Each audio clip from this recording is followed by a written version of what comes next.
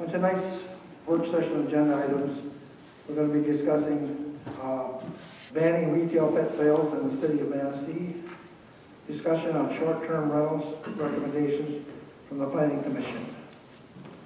First of all, we're going to take public comments. If there's anybody who'd like to make public comments on tonight's agenda, related items, please come to the podium. At the podium, there is a sign-in sheet. Please sign your name and address, and please limit your comments to 5 minutes. We have our first one.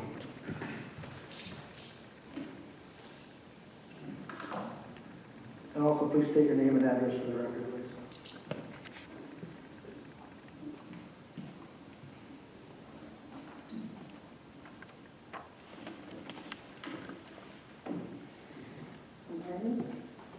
Go ahead.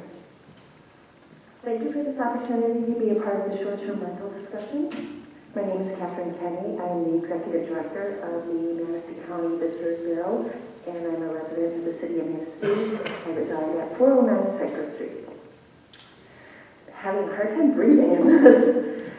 The Manistee County Visitors Bureau is a private, nonprofit destination marketing organization funded by an assessment collected by lodging properties from their guests and the Little River Casino Resort.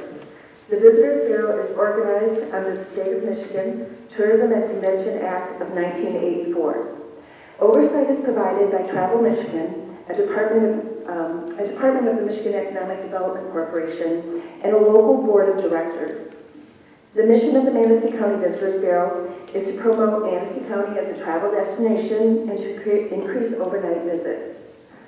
The Bureau is the lead organization focusing on building the local tourism economy. The Visitors Bureau is supportive of a robust short-term rental market. However, we believe there needs to be appropriate local oversight of all of the properties, including equity of taxes and assessments paid by the other lodging properties. The Visitors Bureau supports the local government's ability to create reasonable zoning and regulations to ensure the safety for our residents and our visitors. As you discuss regulating short-term rentals in the city of Manistee, please consider the following points.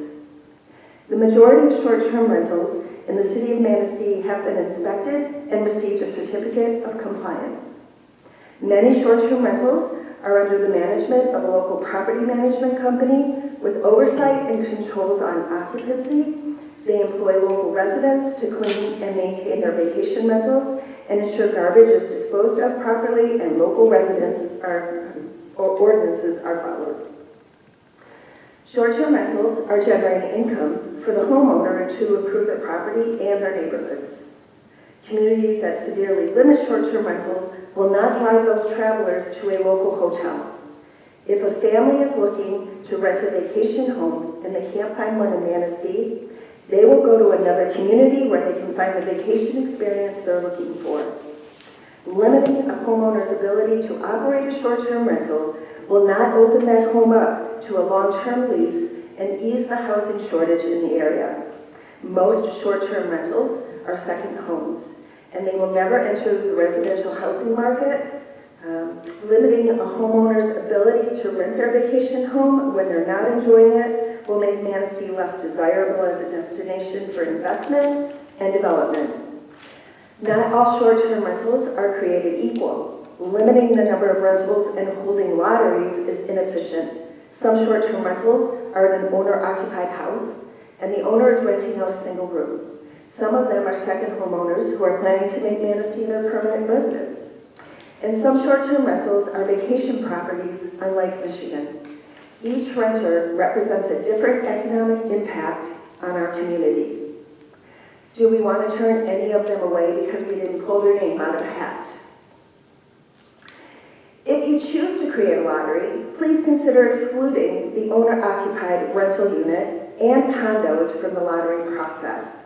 Using the Ludington Ordinance as an example, Ludington's ordinance does not apply to condos because they are regulated under a different ordinance that allows the condo association to regulate themselves. If you choose to create a lottery for less than 50 rentals in the city, please consider the impact that it will have on our local property management companies. I'm sure you don't intend to put anyone out of business. Like it or not, Vacation rental generates money from outside our community. These families support our local businesses so we can live in a year-round economy.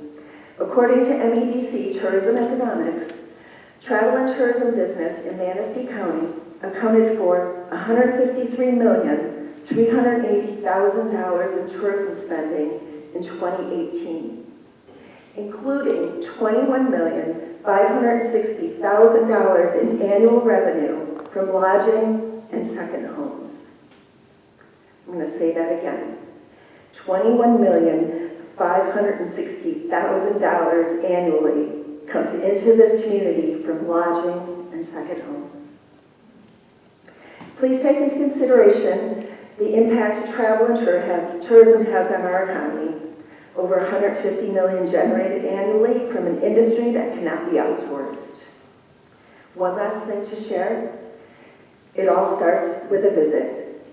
Developer interest, population growth, economic growth, new people, new investments, new developments start with a visit to Manistee. Thank you. Thank you. Is there anybody else?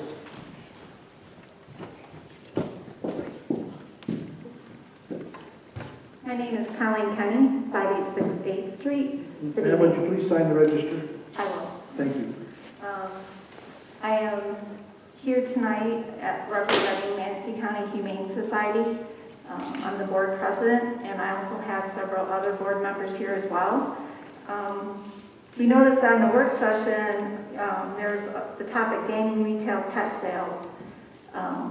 We're neither for or against it. We don't know exactly what this ban includes, what it's for, the intent of it.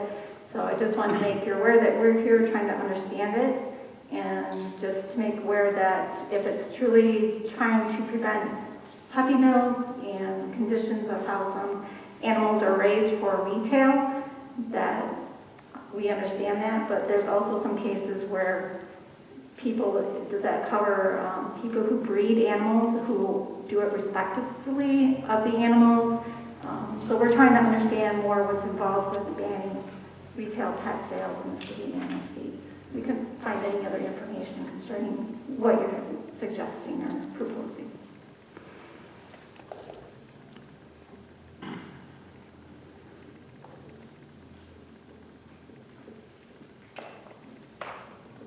Thank you, Tom. Anybody else?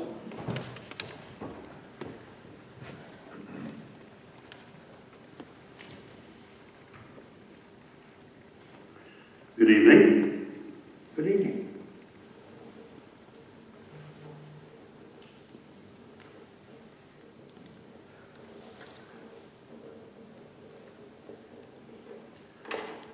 My name is Marty Spaulding. I am the current proprietor of the Milwaukee House. We're in the process of spending gods and gods and gods of money here in Manistee. I want to echo to some degree the comments I just heard from the folks from the Visitors and Convention Bureau Chamber, and maybe amplify that a little bit with my thoughts. I just became aware of this tonight, probably 2 hours ago. Did a little bit of quick research. It seems to me that your neck here might be a little too wide. I certainly understand the impact that short-term rentals can have on a neighborhood. And it would seem to me that this is probably a fairly reasonable piece of regulation that you would want to use in your R1 and R2 zones. I don't think this is advisable to put in your commercial districts or the Peninsula District. In my particular example, I'm in the process of picking up a few properties around where I'm at with the thought of using them as short-term rental in addition to the lodging that we have inside the building. And to me, as somebody making investment and doing business, this is just another layer, more regulation, more things piled on top of a pretty steep pile that's already there. I would encourage you to maybe consider exempting the commercial zones and exempting the Peninsula District from this and making it impact substantially the R1, R2, maybe R3 zones, and maybe focus a great deal on a density issue, a density measurement of some kind, so many feet between them, so many in a certain area. If somebody's got a house that is on 2 acres, they're not really impacting anybody.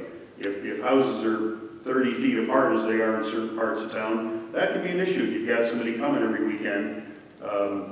If you're in an area that's primarily a commercial area, who are you bothering? So I think maybe just a little common sense needs to be applied here. Thank you. Thank you. Excuse me. Is there anybody else?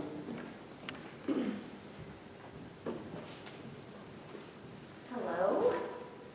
Hello?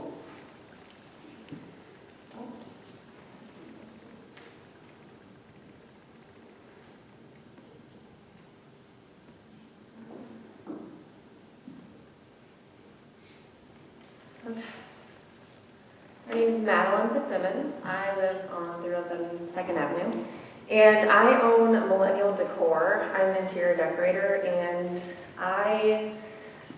with the short-term rentals, I just want to make a point that I am from California. I found this place because my husband is from Grand Rapids, and he's been coming up here since he was a child. So I am an implant here. And I've actually gotten people to move here, and we all know that rentals, like long-term rentals, are also really in shortage right now. And a lot of people are using the short-term rentals to get by until they can find something to buy. So I just want to make that point because that's super critical. I think if you, minimize the amount of short-term rentals, that would then minimize the amount of housing that they could rent when there's absolutely no rentals. So that's it. Thank you. Anyone else?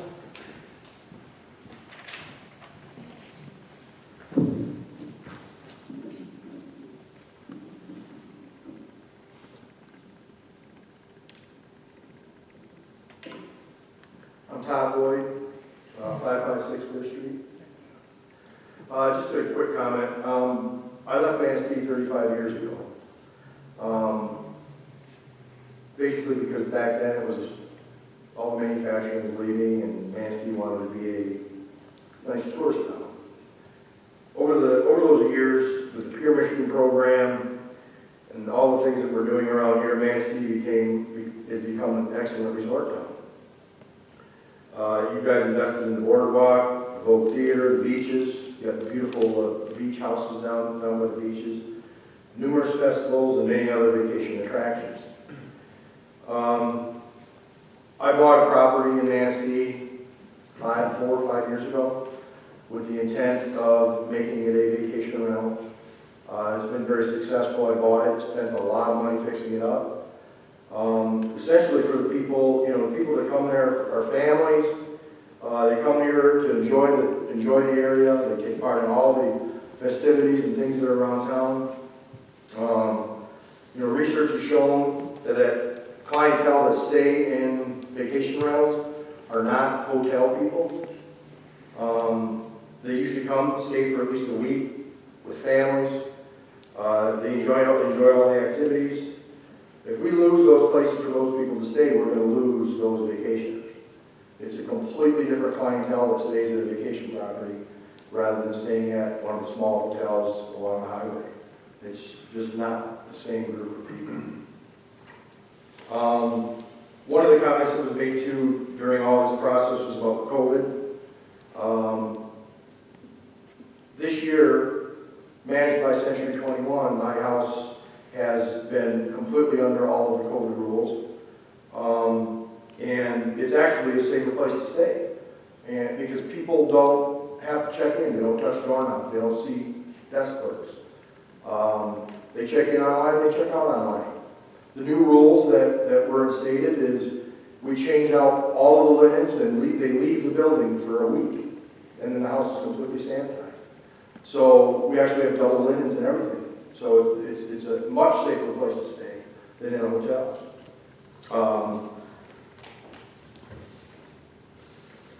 One of the things that I've also researched is, millennials got money, they travel. Millennials would much rather stay in rental properties than hotels. Again, if you don't have those places, people will go elsewhere. They're going to go north, south, not stay in Manistee. I really don't think we should make Manistee rely on just hotels and motels. Like Ludington, if you drive into Ludington, you go down 10, there's a lot of really nicer hotels and more of them all up and down 10 all the way going into Ludington. So basing our concept of what Ludington has is a lot different than what we have to offer here for places for people to stay. Again, it allows families to come, groups, they stay there, which they typically might not, there might be one or two people staying in a hotel room. I live in Grand Rapids. I can name at least 4 or 5 of my friends and people I know that are looking currently in Manistee to buy houses with the long-term plan to make them a vacation property. Brings a lot of revenue to the city. If you talk to any of the restaurants and stores downtown, every one of them will tell you that they get a lot of people, and people are telling them, oh, we're staying down here, down the street, or we're staying up the road, or staying around the town. So there's a lot of money that's brought into the community. Most short-term rentals too are non-homestead. So there's a lot of extra tax revenue that's generated. I pay non-homestead tax on mine, so I pay more for my rental here than I do for my house in Grand Rapids, and my house in Grand Rapids is worth 3 times as much. So it's a lot of tax revenue for the city. If you look at the rental properties, they're very well cared for. They're not dilapidated. They're not month-to-month rentals. They are kept up because we have to keep up with the market. If I don't keep my house looking good and updated and new appliances and new paint and floor and carpet, they're going to go to a nicer one down the road. So it's basically a little bit of competition between some of the rentals in town. Renters usually stay for extended periods, a week. So that means they're going to be charter boat fishing, they're going to be golfing, they're going to be going and enjoying all the stuff, spending a lot more money in town than just passing through. One of the things that was stated too earlier was, my intent was come here, buy the house, and come back and retire here. I grew up in Massey. Like I said, I left here 35 years ago. The intent is to come back to town, invested in the city. I put money in the house. Vacation rentals, if vacation rentals are taken away, we're going to lose a lot of opportunity for a lot of diversity, a lot of those people coming to town. A lot of the people coming, and like we stated, some people come and stay, and then they might look for, I know people that stayed at my house that ended up buying houses in town because they figured out this is a great little town to stay in. So I think we need to really, I don't disagree, there needs to be some regulation. It needs to be either, I would not have any issue with paying a fee. Right now, I am a registered rental facility in the city of Manistee. I have to follow the regulations, I have to get inspected, but maybe there needs to be a little bit more. Maybe you need to, if it costs a little bit more to inspect the vacation rentals, charge a fee. I don't know about the whole idea of drawing out of the hat, because if I've invested in Manistee in this house, and I get my name drawn out of the hat this year, what's going to happen next year? So I got to plan on future. Right now, the management company that manages my house wants to know if it's going to be available next year. If I have to wait to draw out of the hat, I can't guarantee that. And I can't guarantee those people that are looking to stay here that if they want to stay at my house, I can't tell them to book today, because if I have to draw out of the hat. So they're going to go somewhere else. They're going to move north, or they're going to go south, or they're going to go somewhere else. So just take a lot of those things into consideration. I do think there should be some regulation, but I think we really need to be careful. The Ludington, I don't think we should compare ourselves to Ludington. We're a little bit different. I think we're a nicer, a little more quaint town, which really is more advantageous to have nice little houses for people staying when they come to town. Thank you. Thank you. Anybody else?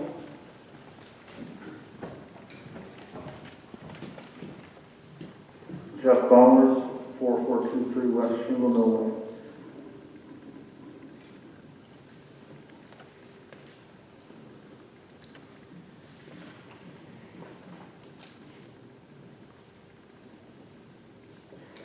just wanted to share a little of our experience.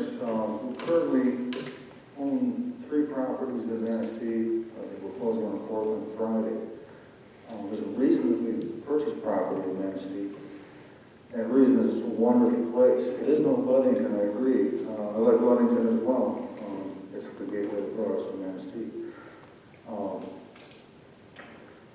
We operate 2 Airbnb, VRBO, short-term rentals in the Virgin Islands. Those businesses are very successful. It's our home in the wintertime. We operate those 2 businesses, own and operate ourselves. We are particular about doing that. Not that we have anything against the management company, but we very much enjoy the interaction with our guests. Those businesses produce a very good income. The tax alone on those short-term lodgings amounts to an average of $2,000 a month. That's straight to the Bureau of Revenue in the Virgin Islands. There is an incredible opportunity for income in the county if we get everybody on an equal par. And I do agree with there should be a registration for Airbnb, VRBO, short-term rentals operating within the county, within the city. I think that's only fair because everybody should pay their fair share of revenue tax. Also, I think a portion of that should go to the Visitors Bureau. There's one reason we bought in Manistee in particular is because we stopped in the Visitors Bureau on our way through and discovered how many wonderful things there were to do here. As a Michigan native, I can say this is probably the nicest community I've been to in Michigan. There's just an incredible amount of things to do, and that's the big draw. We spend 6 months a year here, and I can't even begin to scratch the surface of the activities here. That's the draw for what we would consider our guests. I think that a portion of revenue should go to the Visitors Bureau. I think a portion of revenue should go to the city and the county, as is only fair.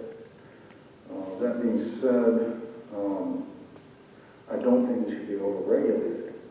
We want to invest more. We want to open up, currently have a couple of long-term rentals in Manistee City. We'd love to get short-term rentals. Can't do that until I know what's expected of us. I would hope that any decisions you make would consider the fact that it's a very personal business for those of us who are owner-operators. We like to interact with our guests. We like to take care of our homes. We like to maintain and operate a place that will draw people. We like to contribute to our community. We like to invite people to town. We're very selective about our guests. We like to invite people to town that we feel would be contributors to the area. Somebody else had mentioned a point about people coming to stay looking for homes. We just currently have that exact thing happen. A woman rented from us in the Virgin Islands for a longer period of time than we normally would because she wanted to come down and check out the area and purchase a home. And as it worked out, she bought a home. She spent a considerable amount of money on that home. So it is absolutely a fact that Airbnbs function on many more levels than just a weekly rental. I can say also we've never had a complaint from our neighbors in operating. I have had to ask politely several of our neighbors just to keep it quiet a couple of times. And that's been the most serious thing we've ever had in town. So with that, I'll close, but I hope that we keep our regulating money simple and easy for everybody to not only keep in business, but to not restrict business to a simple lottery. I think that would be a bad move. Thank you. Thank you. Is there anybody else?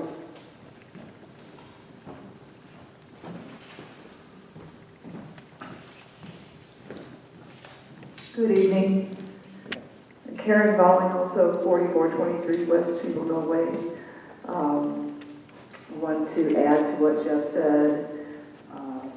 We, again, we care very much about what we do. It is our livelihood, and we derive most of our income from short-term rentals. But I understand the importance of tax revenue and the nightly lodging tax that our hotels and motels pay should, that percentage, what we're used to is 12.5%. That we feel should also be paid nightly or for whatever the term of the stay is from our our rental house, whether it's part of someone renting out one room or the whole house. And that can be collected in a number of ways. Actually, Airbnb, who we do part of our rentals with, they actually collect and remit it directly to the government. So there are people that will facilitate that with the state or county and make sure that those monies are directly funneled at that time, and it really adds up. The other thing that we do, I'm used to doing anyway, is preparing our monthly returns to, remit that nightly lodging tax. I've also owned a motel in the past as well with 14 units in mom and pop. So I've been on that side of it, and now I'm on the other side of it with short-term rentals, so the vacation rentals. So I can say I know how both the angles go, and once you have a registry of the short-term rental owners in town, and they're inspected, and you match that with monthly or quarterly remittance of lodging tax, I think it's really a win-win. Not only that, for the community to get to bring that business in, for the people that really only want to stay in a home type setting, and then, for the county as well to collect that tax revenue. So, of course, we hire out housekeeping and such, but Jeff does most of the maintenance, and I'm the marketer. So we do our thing, we do it well, we know what we're doing, and I think you should give equal consideration to the people that like to run their own versus hire it can be expensive to hire a management company, but we have some experience to bear there. So thank you to the council members for your service and for listening tonight. Thank you. Is there anybody else?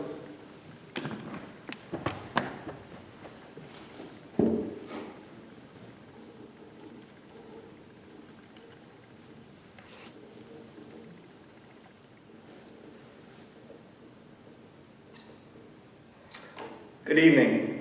Thank you for your time. My name is Ed Horn. I own 427 5th Street. I am not an investor. I own that home for 8 years. I've been on the short-term rental market for about close to 4 years.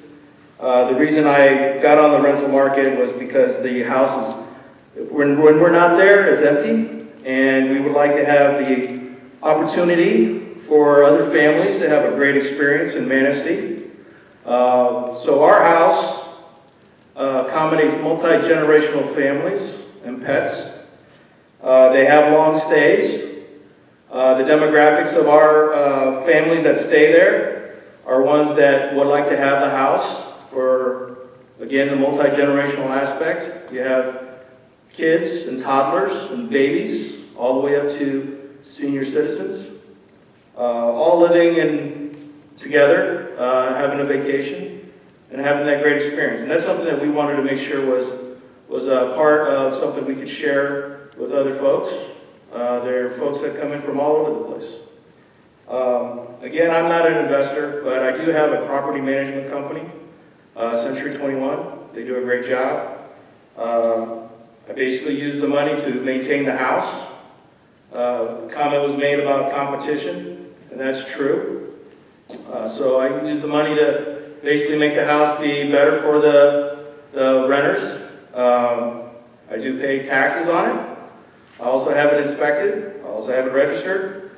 But I do want to point out that I don't know about the means test that you have associated with the short-term rentals, but I am not an investor that is buying things. I actually, from the standpoint of a owner, I just want to make sure that the opportunity for folks to actually enjoy Manistee. I love Manistee, and that's something that I want to make sure people have the opportunity to have. So that's all I got to say. In closing, I do want to point out that if there is a lottery system and folks have to be part of that, lottery, I think that's a disservice to a lot of the folks that have invested time and energy towards, getting that opportunity for other families to rent and have that experience with Manistee. Again, thank you so much for your time, and I really do appreciate your service to the community. Thank you. Thank you. Is there anybody else?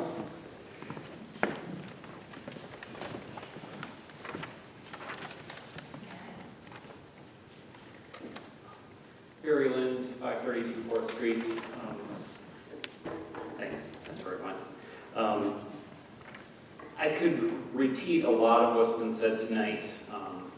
I own 384 River Street, and that's on River Street, so I have basically a first level retail and an upper level, which is currently a short-term rental. It's in a commercial district, and I have some concerns about restrictions on commercial activity on a commercial property. But one comment that I want to make that hasn't been echoed tonight is I also live next door to a vacation rental. And as someone who lives next door to a vacation rental, and it's a vacation rental that sleeps 10, potentially could be, viewed as one of the negative type use cases. But I've only had wonderful experiences. The previous gentleman talked about multi-generational families that rent these places. That is a predominant experience that I have in my next door place. But also at the same time, there have been wedding parties that rent it. And yes, it's actually enjoyable watching people, young people, come into our community and enjoy this place. I think we need to think about, again, the dollars that are coming into our economy, our businesses downtown. These are the type of people that our businesses in River Street really are driving their sales. So I guess just from the perspective of a neighbor to a vacation rental, I actually see it as a positive, even from that perspective. Thank you. Thank you.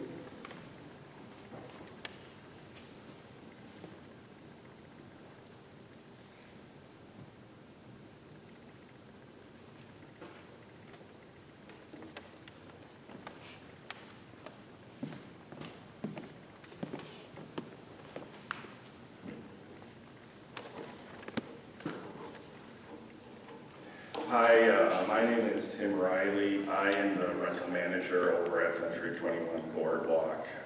We manage roughly 30 short-term rentals within the city of Manistee, which I think is about a quarter to a third of the overall short-term rental market. All of our properties are inspected. They are certified. They do pay the local lodging tax. I do serve as chair of the Visitors Bureau as well, so we're super engaged with the community. I just want to say and let you guys know we're an open book. We are completely available if you guys have questions about owners or renters or how long people are here, how much money, any of that kind of stuff. We are absolutely available. We are happy to help, happy to meet. I'd be willing to share my card with everybody. And that's all. Thanks. Thank you. Is there anybody else?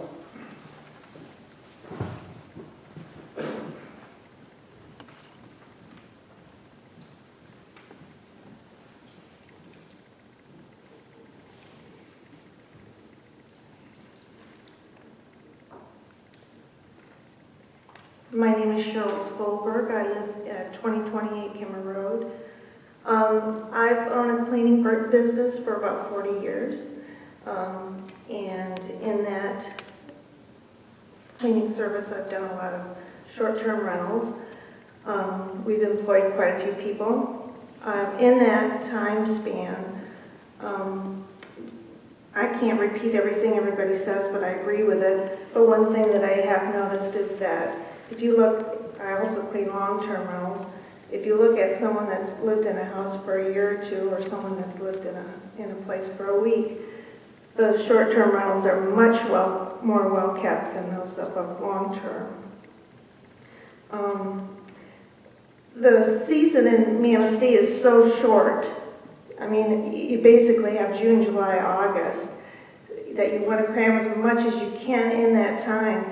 And I feel like what you're trying to set out to do will shorten that season even more.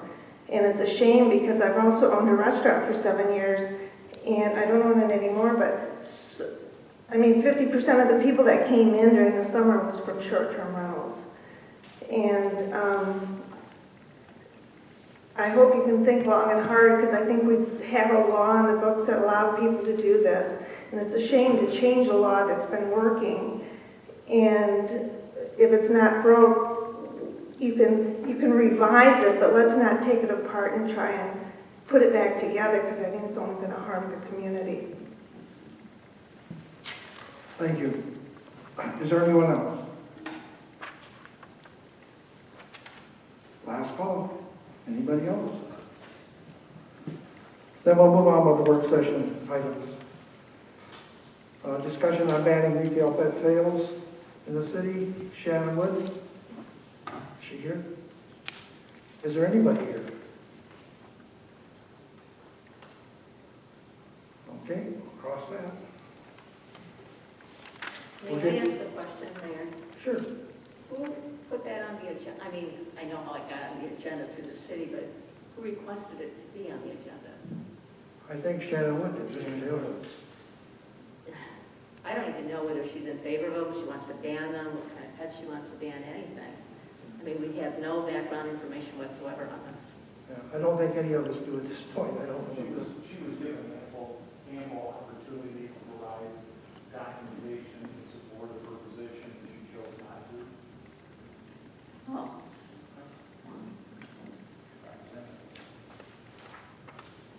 Okay, we'll move on to discussion of short-term rental recommendations from the Planning Commission. Mike, you're up. I found this on the web. Okay, sorry about that. I told her I was talking to you.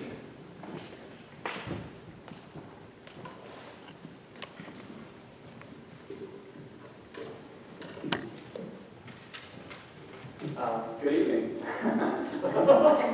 So for those of you that don't know me, I'm Mike Circola. I'm your City Manistee zoning administrator.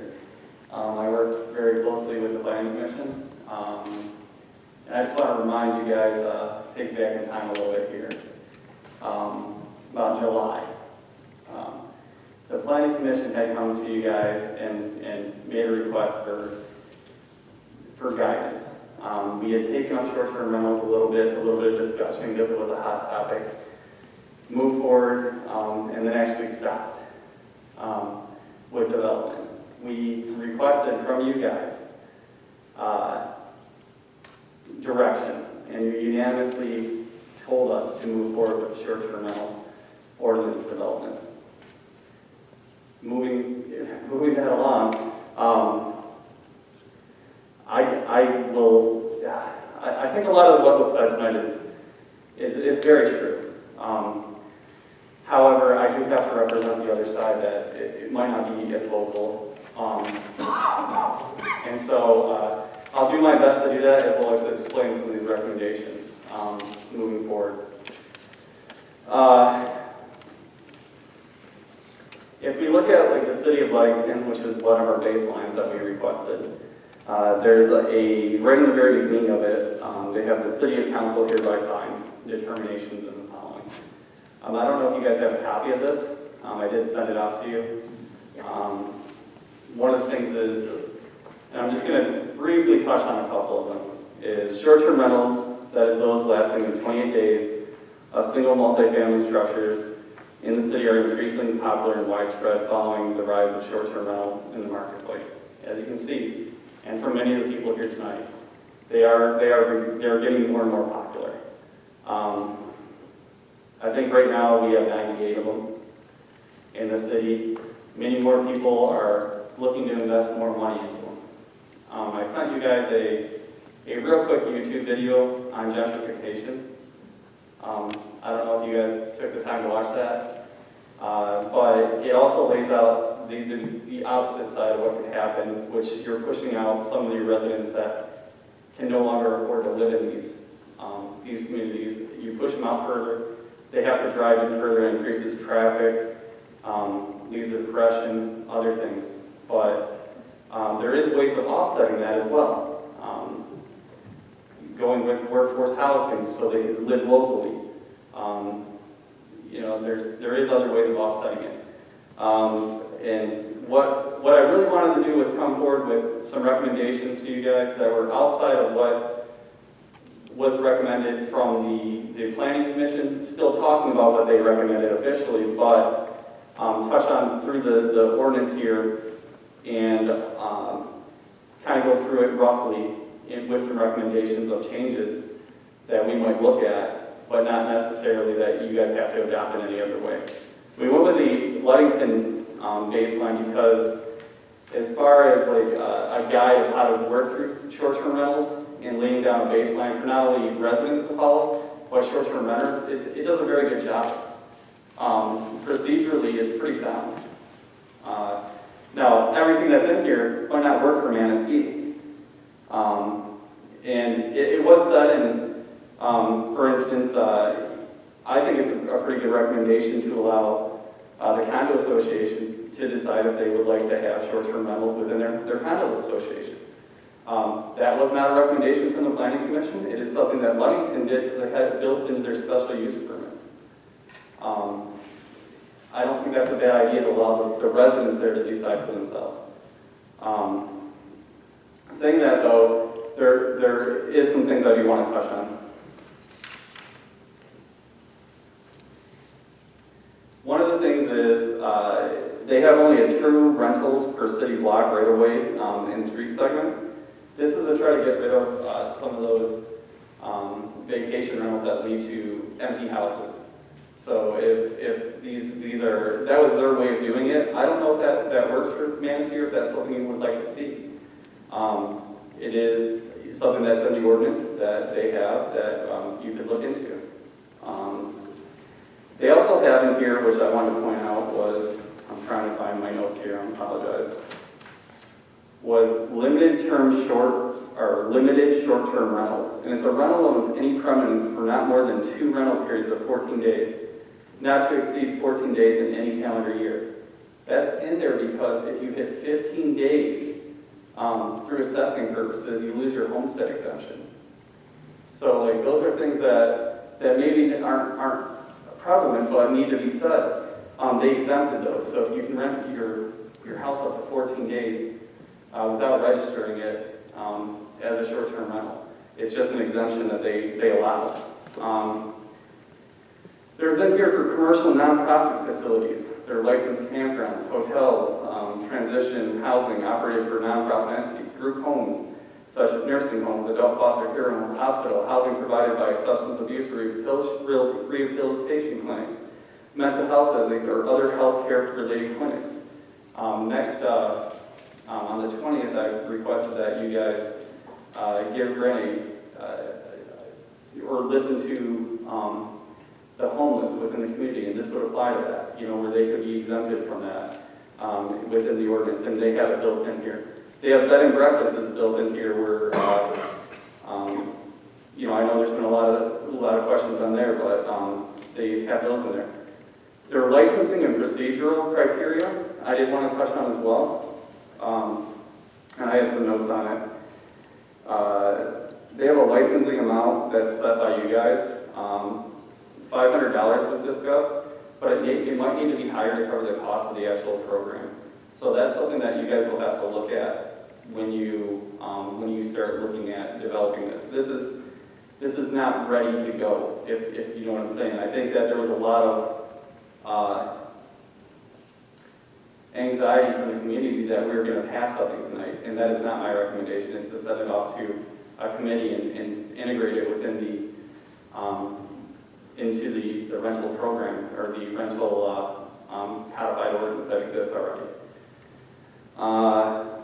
There's a personal property manager that talks about within the inspection section in here that's already outlined in here. There's limits on issuance of license. They have it at 30. We know that there's at least 98 that exist within the city. Century 21 has 30 that are registered. So I don't know about the other 60. Unfortunately, I can't get those numbers. So my guess is many of them are not registered. They have other such rules in here that no more than 2 licenses may be issued in any city block, as I talked about. Regardless of the number of applicants, no person may hold more than 1 license at the same time. They do have something in here for trusts and such like that. And that's something for you guys to look at to see if you want to grant for commercial entities or trusts to be able to hold a license, or if you like it for individual users. They have inspections on a 3-year basis. I really think they should be done yearly. I know that puts a real strain on the capacity for the building inspection program. So with the fee structure, that is something that needs to be looked at. Most rental inspections aren't taking place regularly enough. We can see that by our housing stock and many of the complaints that came forward from other people who would like to see that those inspections increased. They have the licensing for a drawing, and I'm going to just read this really quickly because I think it's important. License will be initially issued on a basis of blind random drawing conducted by the city. All complete applications will be included in the pool from which the license selections are made. The city shall set the resolution of the due date for license applications to be included in the pool from which the license selections are made. The city shall also set the resolution by date on which the license selection drawing will be conducted. All premises for which a license is drawn from the license application and pool shall be inspected before a license is issued. If the city receives more than 30 license applications by the due date, then licenses which become available due to termination or resignation of license or failure of the premises to pass inspection may be granted on the basis of blind random drawing to the qualified applicants who applied by the due date and who are not selected in the initial drawing. The city shall consider any license application submitted after the due date, due date on a first come, first served basis. I think it's important because I think that people need to know how this is going to potentially work. This lays it out, like I said, a pretty good groundline. They also have local property manager here again. I think that a recommendation that they are lacking is to make a requirement, if you are issued on a license, that you have to have a picture that either occurs as the last picture or the second picture on your listing, so that if a neighbor wants to see if it's a registered short-term rental, or whoever you guys do for enforcement, if it is a local entity and not a place such as host compliance, is able to quickly check that.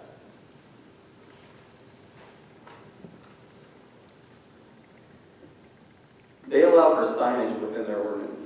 I do not think that signage should be something that is allowed with Airbnbs. If you're going to allow them, they need to be able to blend into the residential neighborhood and not stick out.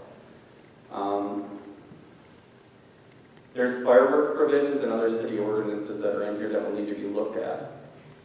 These will have to be checked to see if we have an applicable codified ordinance that applies to that, or if it rolls into another one.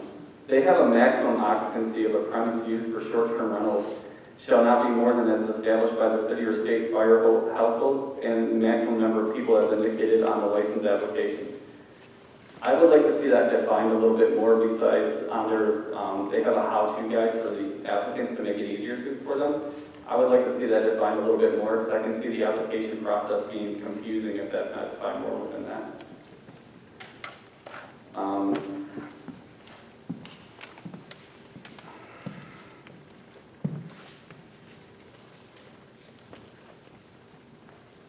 They have certain people that are listed within their board that listens to appeals if you're found in violation. So it's a 3 strikes and you're out policy. If you're found to be in violation of, a nuisance or, a public disturbance, on the 3rd time your license is revoked by the city. There's a panel of people that sit on that board. One of the people that they have in there is the chair of the building and licensing committee, or his or her designee. I don't believe we have that, so it's something that we need to look at and then replace people as needed. Fraudulent complaints, that's another section in here. You might want to require that all complaints are in writing and that they have to be signed. It's something that we require for zoning ordinance complaints, and it's to keep people from making just fraudulent complaints on their neighbors. There is a sunset provision in this. So they gave 3 years. If they find at the end of their 3-year period that that short-term rentals are just not working out or that there's an issue with it, they can basically remove them again and they become legal. So that's some of the areas that I basically was running into that I thought could use them. There's some other recommendations I want to talk about that I talked about with a couple of the council members, and one of them was some of the community actually spoke up on commercial uses. So one of the things that I would recommend would be looking at your commercial areas such as the DDA and allowing an infinite number of short-term rentals within those areas. It keeps people downtown spending money where you would like them to. Restriction there within that area might not make sense. The other thing is you could also use this as like an overlay in certain neighborhoods, granting a short-term rental outside of the set number of short-term rentals if you guys choose to go that route. That basically says that, in this area, we will give you a short-term rental license for X amount of years, let's say 10. Within that time frame, you're allowed to use it as you see fit, like for a short-term rental, and then at the end of that 10 years, you either have to sell it, rent it out long-term, live in it yourself, or enter into the lottery to see if any licenses are available. It could incentivize the area and allow for people to build houses or renovate houses that might not normally get renovated. So those are just some of the ideas that were passed around our office. Now, to speak out for some of the people that may or may not have been here, there are issues that if you look at some of the letters that were written to the Planning Commission, I know some of the community had spoken out during the public comment about short-term rentals allowing for people to look for housing. The opposite also happens. So there is a very short period of time that short-term rentals are allowed, or that are really profitable, and it's during our peak season. Well, what happens is a lot of people who are short-term renting, through the winter, are suddenly dumped out into the city, and then they have to try to find housing. As somebody who recently moved to this area, I can tell you housing is not an easy thing to find. At least desirable housing that you either don't have to put a lot of money into or otherwise. Now saying that, I think there was a lot of great points brought up by the public and some of their comments that they made are definitely truthful as far as increasing tax base and such, but there is another side of that coin. So the recommendations from the Planning Commission are as follows. They would like to place the new short-term rental within the Chapter 1482 Residential Rental Properties Codified Ordinance. They would like to place some sort of limitation on the number of rentals allowed. And they'd like to ensure that properties are managed locally, either by a professional or an owner-occupied property manager. And those are the only recommendations from the Planning Commission.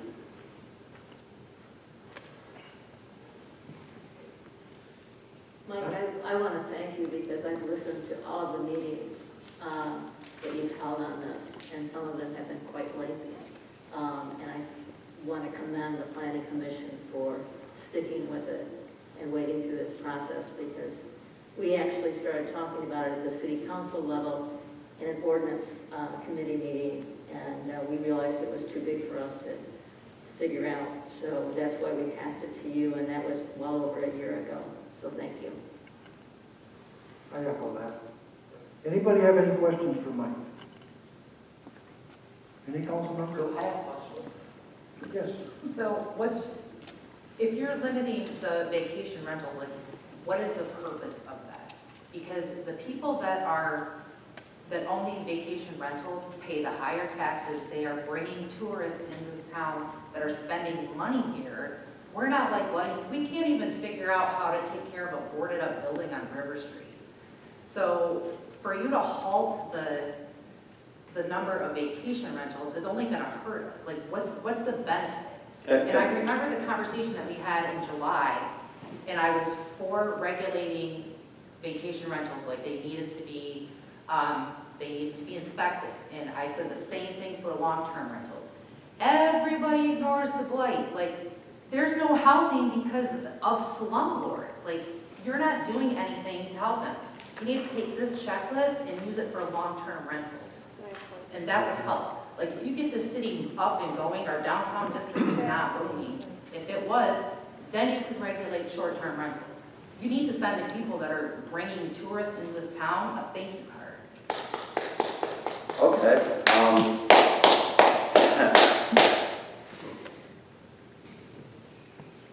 You know, I'm going to, I've only been working with the city for a little while now. I understand that, but people, they'll say, oh, you're taking away from long-term rentals. That's not true. That is not true at all. The people that are buying short-term rentals are fixing them up. They're putting money back into the community. They're bringing people here to spend money.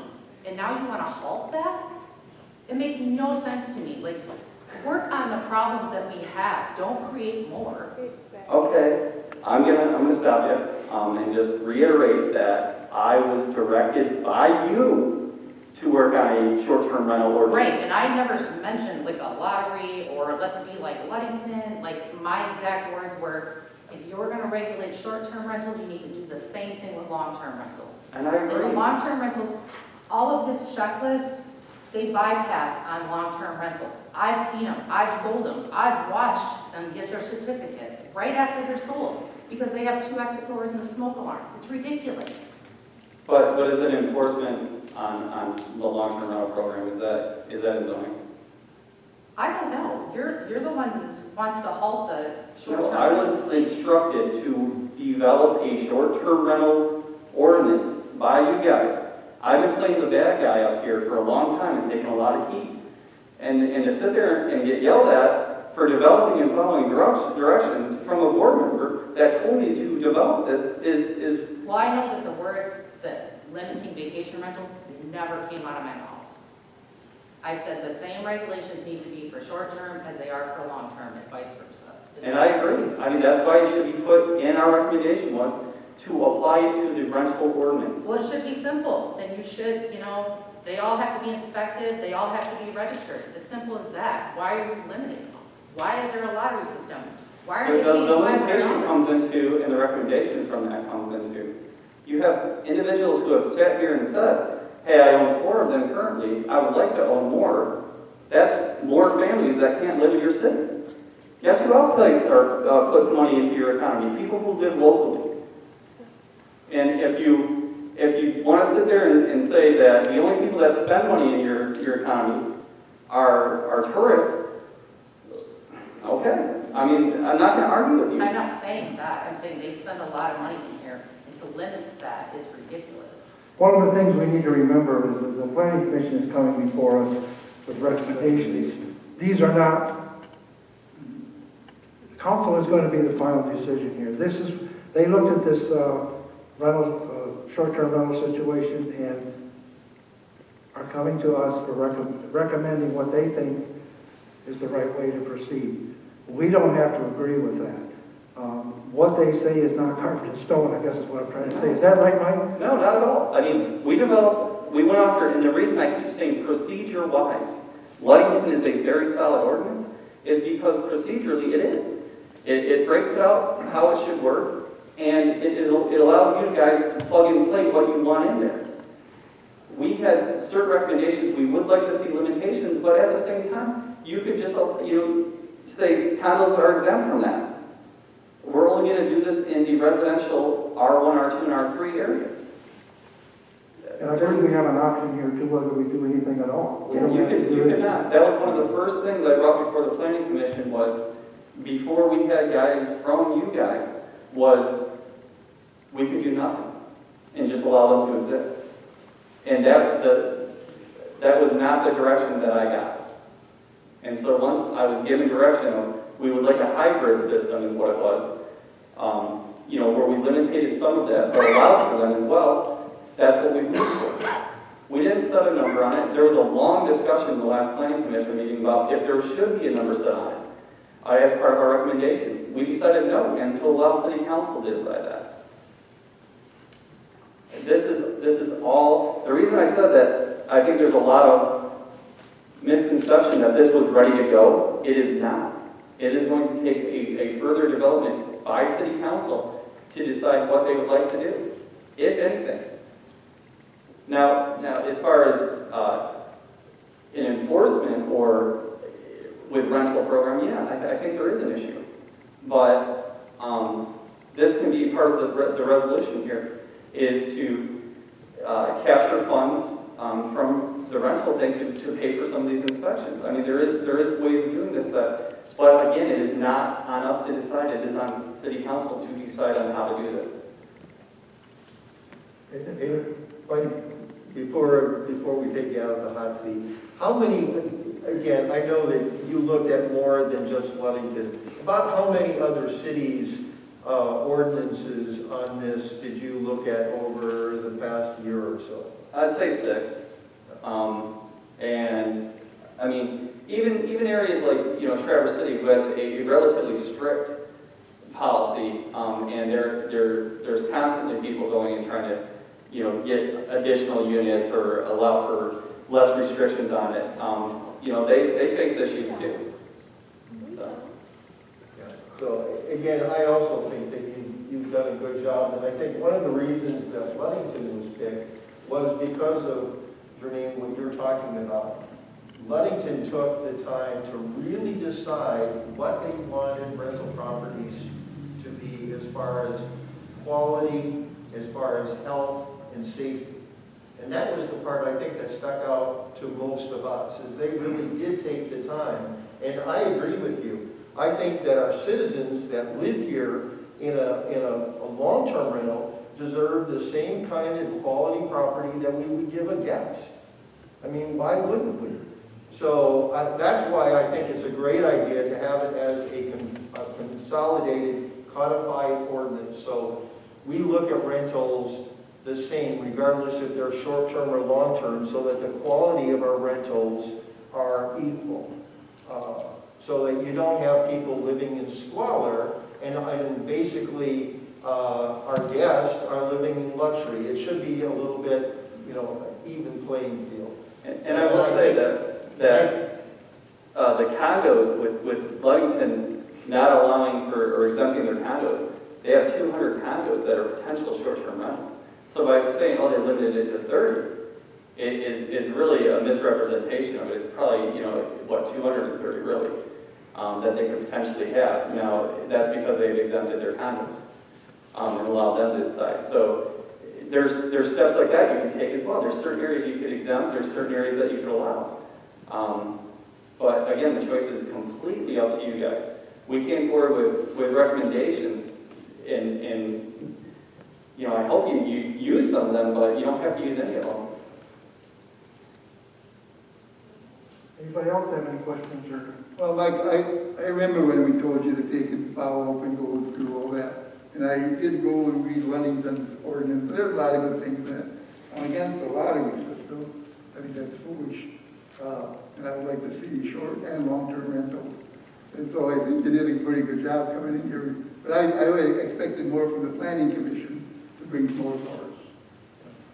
Well, I will tell you one of the reasons why the lottery is stuck in there. If you're going to limit, you have to have a fair way of doing it. That's the reason that they picked the lottery. That would be basically something that Mr. Saylor would recommend, is that you have to have something that's fair across the board. And that's why it's so difficult to come up with a number. And if you do come up with a number, and you come up with, say, we're only going to have 100, then you have to have some way of making sure that out of 150 people, who gets the money? And the lottery is the only safe way to do that from a legal standpoint. But I get tired of it because I know the police department's going through, they're investigating all these white houses down in Maxwell Town. And the problem is, I did the same thing when I was on the police department. And you try to find these owners, and like you said, we end up with slumlords. Now you're trying to find people to fix up these houses to rent out to people. Yep. But the only reason the lottery is that it was a legal issue, it was the only way that they could basically protect the city from lawsuits and other issues regarding setting a limit. If you don't have a limit, then you don't need a lottery. But if you're going to have a limit set, regardless of how you do that, how many exemptions you make, you have to have something that's going to make it fair and equitable for anybody to participate in it. Is there a limit to how many restaurants can be in town? Pardon? Is there a limit to how many restaurants can be in town? Sir, this is the council's discussion. Please have a seat. Thank you. I don't think that the lottery would be a good reason to have a limit, because the limit, I mean, it would flush out for the fees and the taxes and all that. Sure. I don't think, I mean, Well, but again, I think that was a legal recommendation that the city of Ludington received when they decided that they want to have a limiting number. When Ludington developed theirs, they developed it in-house. They didn't use host compliance or another like third-party software. So they tried to look at something that they could handle internally. 30 was the number they came up with. As far as like fees and collecting fees and such like that, it's really on you guys to develop, like, how much is it going to cost us to allow this, this to occur and to maintain this program and to do these inspections and to make sure it's done correctly. And then at least make sure you're recouping your costs. So that is something that is, very much in your guys' court. As far as the recommendations come from the Planning Commission, I think they were hesitant to bring forward strong recommendations without knowing how you guys would react to those recommendations. They wanted to say they looked at from a policy and procedure aspect the Ludington short-term rental and the guide that goes with it, and said we feel strongly about this. We do not feel strongly about putting actual restrictions in there that city council could then just take apart. And instead of spending all the time, developing that, they felt it was better that you guys were the ones that developed that. Yeah, it's like we got a license fee of $1,500 in there for Ludington. That's for 3 years. Yeah. So it's $500 a year. And with, for many, that license fee might seem like a lot, but it's, if you start actually crunching the numbers on many of these, it's very, very little for a 3-year permit. Depending, like, you guys might want to set, a fee structure based on the amount of units that are available. I mean, there's other ways of doing that, but that is something to think about as well. Because, a 2-bedroom might not, it doesn't take as long to inspect than, a 10-bedroom, or whatever it may be. I have a few comments I'd like to make. You know, this isn't unique to the city of Manistee. I mean, Firework Township is struggling with this, Nephilim has struggled with it, Arcadia is going to struggle with it. It's all because we live on Lake Michigan. I think there's a lot to be said for the fact that they bring a lot of good to the community by spending dollars here. And I agree with several of the things that Catherine spoke about in the beginning. I agree with exempting the condos. I think that's a good idea. There's 11 association boards. They should be able to manage their own destiny. And that landscape is changing as the owners of those units age and decide that they're moving into town and that they want this to be their permanent home. So that can change a bit. But I think they're responsible for that. As far as numbers go, Host Compliance is the company that has done a study on it, and I've shared that with council, I've shared it with the Planning Commission. We saw a 63% increase in short-term rentals in 1 year's time. So it is prudent for us to be discussing this. The north side has seen the most increase, and it has the most amount of short-term rentals. The people that I've spoken to, or they've actually come and approached me, are very disappointed in the fact that they feel a little bit probably neglected because they're here full-time. They live here full-time all year round. They like to go outside, they like to go to the beach, they like to go to restaurants, and they also do that 12 months out of the year. They also come together as a community and helped all of our businesses downtown when we had to stay at home. So we ordered carryout or curb service. That's what I like about living in Manistee, is that we have this spirit. I don't want to see that evaporate because we have too many short-term rentals. I don't know what that number is yet. I'm in favor of keeping my mind open for this. I'm also thinking very strongly that it would be nice if we came up with a number, if we limited it, if we took that number and said half on the north side and half south of the river, because I think south of the river could use some investment, and I think it would be good if we did that in the future. So that being said, those are my comments for now. But please don't forget the fact that the full-time residents, I talked to Laura Heisinger at the Community Foundation, and I said, Laura, how much money is coming in we have 100 charities. How much money of that is coming locally? She said last year for 2019, they had $3 million come in, and most of that came from people who have lived here, people who still live here, or people who have family here.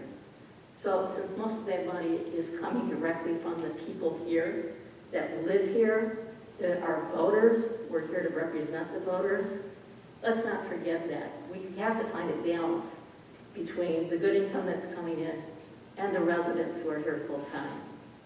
And I also think that hosts that stay in the home when the guests are there, to me, they should also get a pass. I would like to see that more fully developed because that actually makes the neighborhood feel safer, knowing that the owner is there all the time. Thank you. Anybody else? I'd just like to address the audience and say, from my opinion, is that this ordinance debate and bringing this forward was never about taking businesses away from any of you. We never, ever, never dawned on anybody that we would reduce the current number of vacation rentals, okay? Just never a thought. The goal was to manage it, okay? To have a good understanding of what vacation rentals really need to be for our city and our community, and to have some kind of regulation for them, because right now they're kind of out of the loop, okay? Many of you here did the right thing, you got yourself registered. That's not all, right? We know that they're not all complying with all of the city regulations. So part of it was just to get a good handle on it. And the second part was to make long-term rentals also a priority. To make long-term and short-term rentals the same, as far as how they're regulated, how they're managed, and with the hopes of getting more long-term rentals, not to exclude the existing short-term rentals, okay? So that's my belief. Anybody else? Well, I found this very interesting when I started to research short-term rentals and look at different counties and municipalities and what their ordinances were all about. One of the things that I found pretty consistent, and one of the only things that I found consistent, was that they didn't want to lose that hometown effect, that feel of a hometown, small town atmosphere. I'll give you an example of one community that has a population of 600 who developed a short-term rental. It was Sutton's Bay. They come up with a number of 100 short-term rentals or vacation rentals. And their population is only 600. And it's all over the spectrum. Each community is a little different on how we look at, like Mike was saying, and how we look at how we regulate, if we even do regulate short-term rentals. I would like to know from council. First, I'd like to hear from Mr. Taylor. Mr. Taylor, do you have any input on this issue? My position on short-term rentals is I want to make sure that all short-term rentals, number one, are identified, and number two, they fall under our rental registration program. That's my biggest concern because, we're of the opinion at the staff level that there are a number of short-term rentals that aren't involved in the rental registration program. So I think it's incumbent on the city to try to determine those that aren't and get them into the program. So that's my biggest concern with short-term rentals. Okay, so another thing that I noticed that a lot of the municipalities don't even have an inspection program where they inspect their rentals. It's interesting if you have time to go in and read some of the other ordinances that are out there and see how they regulate. It's good background information. I'm going to start with Aaron Pontiac, council member. How do you feel about short-term rentals, and how should we proceed? I think it's a good start with what you've developed, but I think we need to work on, I like that we should go by condo associations to decide if they want to have them as short-term rentals, do their thing. I think we should exclude commercial zoning, the DDA, stuff like that. So, it's a good start. Those are my points today. Councilmember Kowalski. I think I expressed my opinion, but, to reiterate, I think we need to know how many condos or short-term are in the city, to put them registered, and we need to set a fee that we feel is necessary. If $500 is fine, that's fine. But I'm in favor of it. I don't know how many we want to put in though. Mr. Smansky, council member. Like I said before, I think the number of short-term rentals is a little bit difficult to determine at this point, especially because I do agree with exempting commercial districts, the DDA, and possibly some of the other overlay districts as well. So whether or not it requires a set number is difficult to come by. I think really the reason why there was a set number is that long-term, maybe not this year or next year, but long-term, we want to still make sure that there is inventory available for long-term rentals and not all of it going to short-term rentals, because it is more advantageous financially. That's part of why we're looking at numbers at all. And I'll add to that, like, when I gave you guys the presentation in December of last year, I did not include, obviously, this year, which is another 63% increase. But within those 3 years, you guys have seen a 269% increase in short-term rentals from 2016. So, I mean, it's continuing to heat up, and that's just echoing what Nick said. Councilmember Cooper. I have no opinion. I'm only gonna be here 2 more weeks, so I'm not gonna get involved with this one. Good for you. 2 more weeks. Councilmember Reed. Well, I said a lot already. There just needs to be a balance, and I think by excluding the condos, the DDA, commercial districts, and I would like you to throw in hosts that stay on site, and only renting out a portion of their house. I think they're wonderful to have. They're good ambassadors, and I think we could encourage more of those. I would like those to be unlimited. I just think that's a great feature. I know several of them. So that being said, I don't know what the number is, but we also have to keep remembering that we are responsible to the citizens of the city who vote and are residents here full time. So let's always try to include them and their feelings on this so that we can make this a better discussion sometimes. Councilmember Sipsick. So, I'm struggling with this position because we're supposed to do what's good for the city and the residents, and I feel like we're not doing that. Like, we keep bypassing problems and not looking at the bigger picture. I mean, we can't get the downtown up and going. You keep saying, you know, great things are happening. Just because you keep saying that doesn't make it true. And you keep saying, we care about the residents, we care about the residents. If you did, you would clean up the blight. You would work on the issue, the problems that we have. Like, something is not working here. Something is broken. So that we're gonna be in the same position at the same time next year. We shouldn't limit vacation rentals. If we're gonna regulate them, we need to do the same thing for the long-term rentals, because those are our residents living here full-time in squalor, because everybody keeps pushing it around. I mean, we've had how many blight committees since I've been here, and it hasn't even been a year yet. I mean, something's not working. I don't know. I'll just wait to see what you come up with. Me? Well, council plan, whoever. Yeah. Okay. I guess let's look at how we might work on this issue. There's probably some options.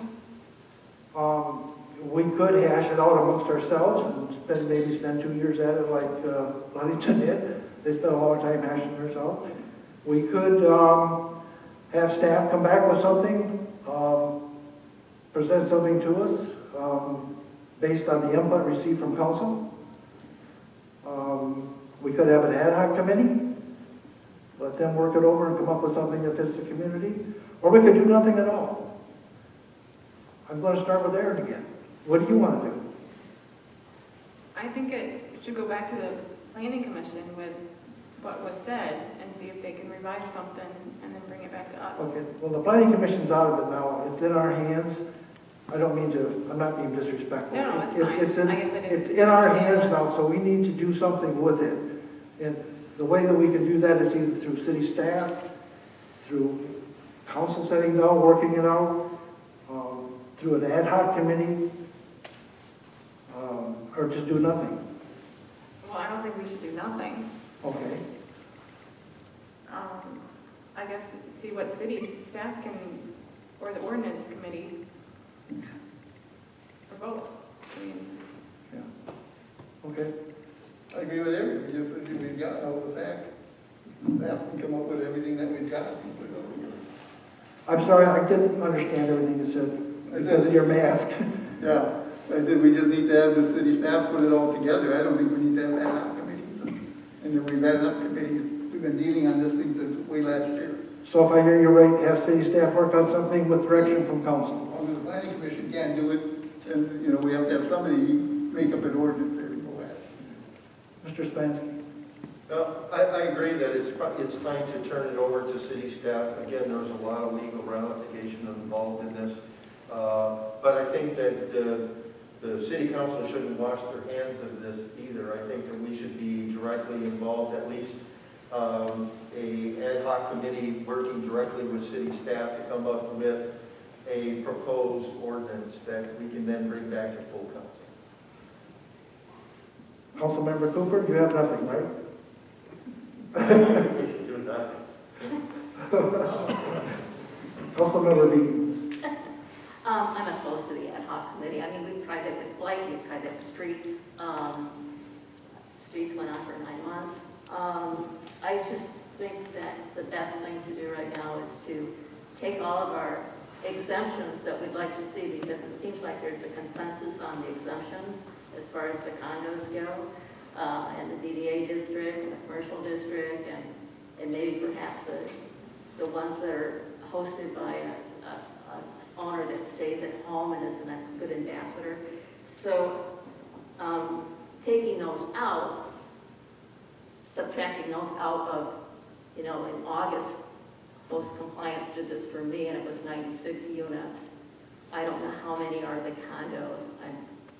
I'd say the majority. I mean, honestly, like, if you look at that map, it's pink. Well, I tried counting all those dots, and I gotta tell you, I'm not sure that.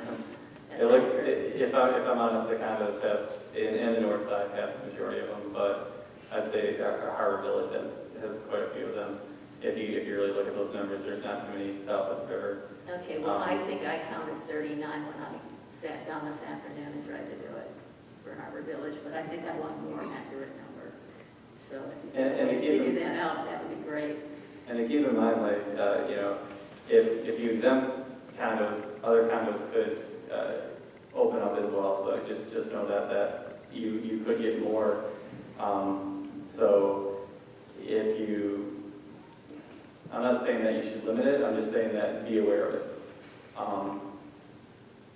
It's possible, but we have to read all the condo docs. I think Jocelyn Cove is going to allow them.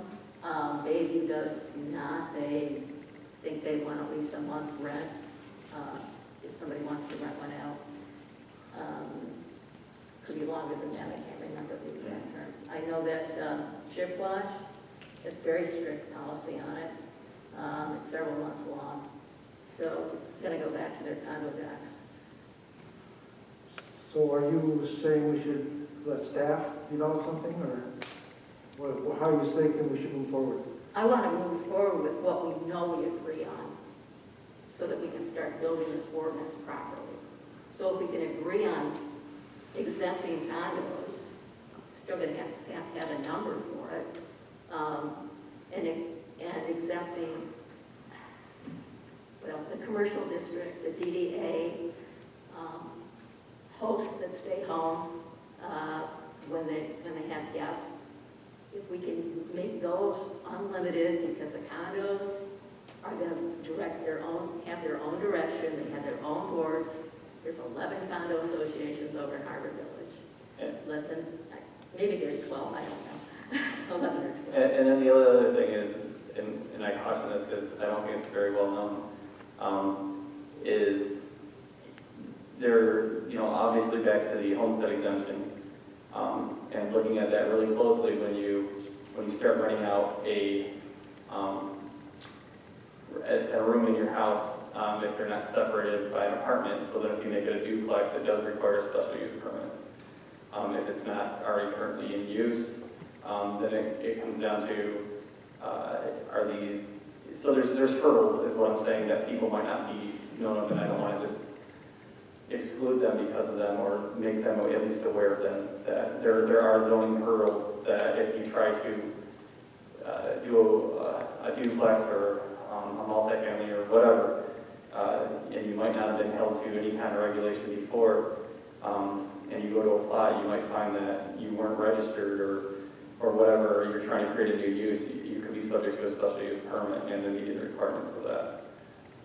I guess my question, Councilmember Green, is how do you want to proceed? Do you want council to take this on, or do you want to have staff take it on and receive direction from us on how that should be set up. Yes, considering what we agree on tonight, because that was the purpose of the work session. Okay. That's what I'm trying to make clear. I think it's a bad idea to limit it, have staff. Okay. Okay, the consensus seems to be that staff develop something. Mr. Taylor, would you like to weigh in on the possibility of that happening? If it's going to be limited to staff, just the staff, I don't know that we're going to have all the right people at the table to get input on. I mean, we can bring something back. But I think council would be better served if we had some input from some members of the community that have a vested interest in the process. Is that something staff could do, get input from the community? Yeah. Or do we have to you think we have to form a committee? Well, let me I'll take a swing at it, doing it with staff and see how far we get. And you did receive some input tonight. We didn't tell you to take notes, but you did receive some input from what council is feeling. Yeah, I got an idea of where council wants to go. Yeah. Okay, is there anybody else that has anything on the subject?